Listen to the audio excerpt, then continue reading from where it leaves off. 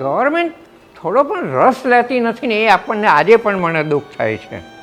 કારણ કે આવા તમામ દિવ્યાંગો માટેનો 2 વર્ષનો કોર્સ છે જેને સ્પેશિયલ એજ્યુકેટર્સ કહે, પણ એના સિલેબસમાં તો આ કશું આવતું જ નથી.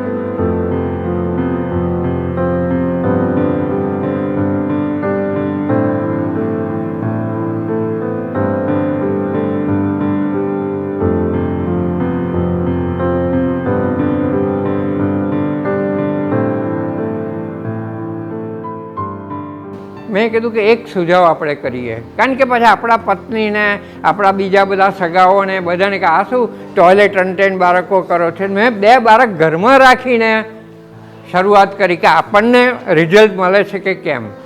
પછી 2માંથી 4 કર્યા, 6 કર્યા, 8 કર્યા, પછી આમ લાગ્યું કે રિઝલ્ટ મળે ને બધા પરિવારનો સહયોગ મળ્યો અને બધું જ અમે રિસર્ચ કરીને કર્યું છે. એટલે કોઈ પણ ડૉક્ટરથી માંડીને સામાન્ય કર્મચારી એમ ના કહે કે તમે તમારી બુદ્ધિથી કરો છો, એવું નહીં. એટલે બધું જ મેં આખું રિસર્ચ કર્યું, પણ આખા ભારત દેશમાં જીનેટિક ડૉક્ટર નથી સ્પેશિયલ આજની તારીખમાં. એટલે શું થાય કે આ છોકરું રાતે ઊંઘે નહીં, ચીસો પાડે, ખાય નહીં, કેટલીક વાર ઓકર્યા કરે. એટલે પડોશી કહે કે ભાઈ કોઈ ડૉક્ટરને બતાવો ને, એટલે સાયકાટ્રિક પાસે લઈ જાય. કારણ કે ફેમિલી ડૉક્ટર પાસે લઈ જાય કે ભાઈ આ તો મારું તો મગજનું કામ છે, સાયકાટ્રિક પાસે લઈ જાઓ. એને વર્ણન કરે એટલે ઊંઘવાની ગોળી આપે. અરે આ તો એની આ દવા નથી, આ તો જીનેટિક્સ પ્રોબ્લેમ છે. અને એ દવા આપે એ 10 દિવસ સારું લાગે, પછી ડબલ ઉથલો મારે.